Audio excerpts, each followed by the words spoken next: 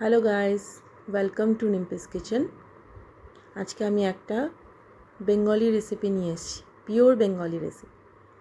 সেটা হচ্ছে মুড়ি ঘন্ট। কার কার পছন্দ বলুন তো? মোটামুটি সব বাঙালিদেরই এটা পছন্দের একটা রেসিপি। চলুন দেখি এখন এখানে আমাদের কি কি লাগবে। সব আমি কেটে রেডি করেই নিয়েছি। এখন আমি একে একে বলে দিচ্ছি কি কি লাগছে আমাদের।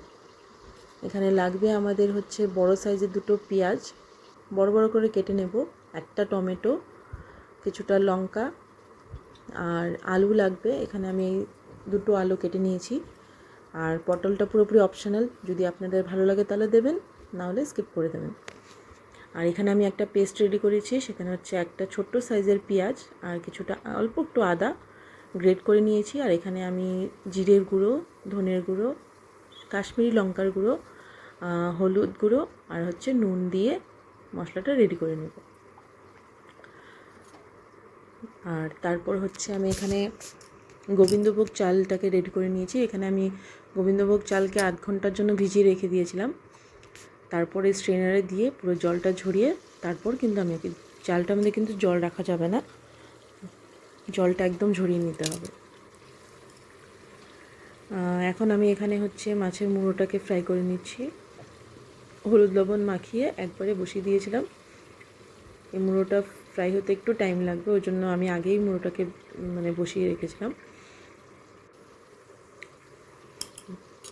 গ্যাসটাকেও একদম লো টু মিডিয়াম ফ্লেমে করে চারপাশটা দিয়ে খুব ভালো করে মাছের মুড়োটাকে ভেজে নিতে হবে, নাহলে একটা গন্ধ করে খুব বাজে লাগে দেখতে। এখন মাছের মুড়োটাকে তুলে আমি একে একে ফোড়ন দিয়ে নিচ্ছি। এখানে শুকনো লঙ্কা, তেজপাতা আর অল্প পরিমাণে সাদা জিরে দিয়েছি ফোড়নের জন্য। আর আমি অ্যাড করে দিলাম 4টে ছোটো এলাচ। এটা একটু ভাজা ভাজা হয়ে গেলে আমি অ্যাড করে দেবো এখানে কেটে রাখা আলুগুলো আগে একটু ফ্রাই হয়ে যাবে, তারপর আমি একে একে সবগুলোই দিয়ে দেবো।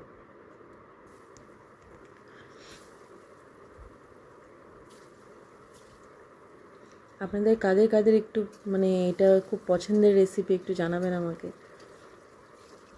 আমাদের তো সবারই খুবই পছন্দের একটা রেসিপি, খুব ভালো লাগে এই রেসিপিটা হলে। এখানে আলুটা ফ্রাই হয়ে গেছে কিছুটা, তারপর হচ্ছে পটলগুলো অ্যাড করে দিলাম। এখন আলু আর পটল দুটোই একটু ভাজা ভাজা হয়ে যাক। এখানে কিন্তু আমি এখনও কোনো হলুদ নুন কিছুই অ্যাড করিনি। মাছের মুড়োটাতে আমার হলুদ লবণ মাখানো ছিল, সেটা যেহেতু ওই তেলের মধ্যেই দিয়ে দিয়েছি, তো ওটার থেকেই নুন হলুদ এটাতেও লেগে যাচ্ছে। এখন আমি সেই বড় বড় করে কেটে রাখা পেঁয়াজগুলো অ্যাড করে দিলাম। পেঁয়াজ লঙ্কা দুটোই অ্যাড করে দিয়েছি, দিয়ে আমি এখন একটু ঢেকে দেবো এটাকে। একদমই অল্প টাইমের জন্য, বেশি না কিন্তু, অল্প টাইমের জন্য ঢেকে এটাকে হতে দেব।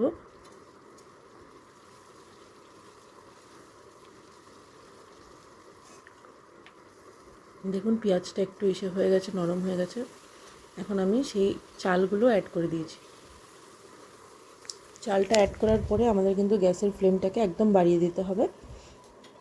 হাই ফ্লেমে করে আমাদেরকে এই মশলাটাকে ভালো করে ভাজা করে নিতে হবে।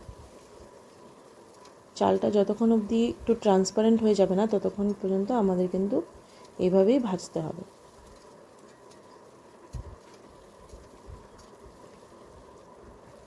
এখানে এখনও পর্যন্ত আমি কোনো নুন হলুদ কিছু অ্যাড করিনি। আমি পরিমাণ মতো নুন হলুদ সব সেই মশলাটা যে বানিয়ে রেখেছিলাম সেই মশলাটাতে সব অ্যাড করে রেখেছি। এখন আমি সেই মশলাটাকে অ্যাড করে দেবো এখানে।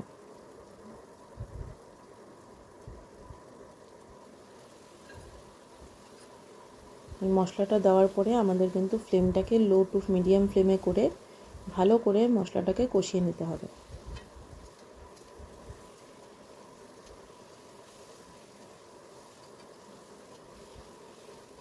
এই রান্নাটাতে আমাদের তেলটা একটু বেশি লাগে।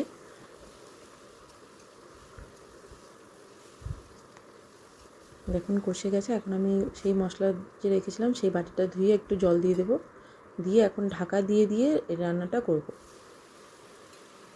মিডিয়াম ফ্লেমে করে, গ্যাসটাকে একদম মিডিয়াম ফ্লেমে রাখবো, রেখে আমি এটাকে কিন্তু ঢাকা দিয়ে দিয়ে রান্না করব।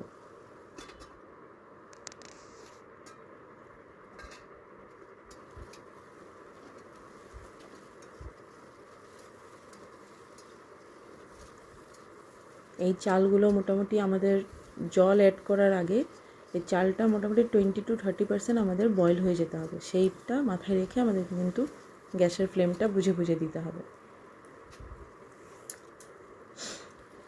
দেখুন আমি এখন মাছের মুড়োটা অ্যাড করে দিলাম। মাছের মুড়োটাকে আমি একদম ভেঙে নিয়েছিলাম।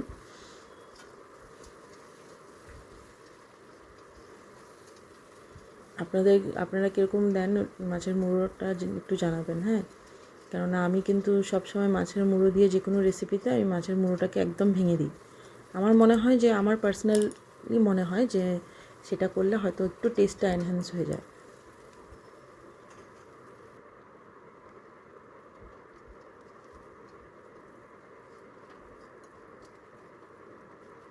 দেখুন আমার কিন্তু ভালোভাবেই কষানো হয়ে গেছে। এখন আমি গরম জল অ্যাড করে দেব।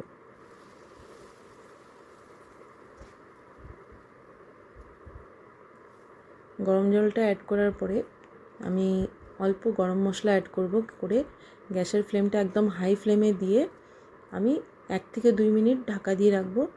তারপর কিন্তু গ্যাসের ফ্লেমটা একদম মিডিয়াম করে আরও 5 থেকে 7 মিনিট হতে দেব। এখন আমি একদম গ্যাসের ফ্লেমটা হাই করে ঢেকে দেব।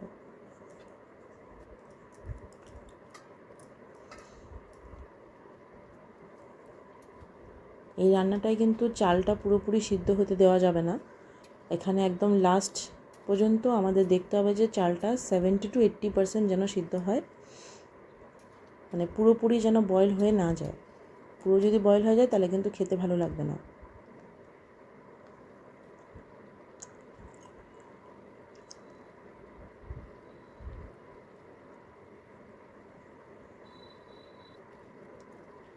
আপনারা কে কোথার থেকে দেখছেন একটু জানাবেন।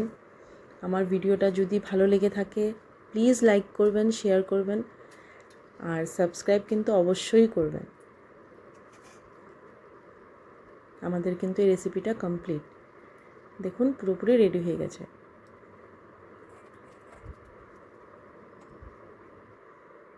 কেমন হয়েছে দেখতে একটু জানাবেন। প্লিজ আমার চ্যানেলটাকে একটু সাবস্ক্রাইব করে দিন। আমি একদমই নতুন এই ইউটিউবের চ্যানেলে। Thank you.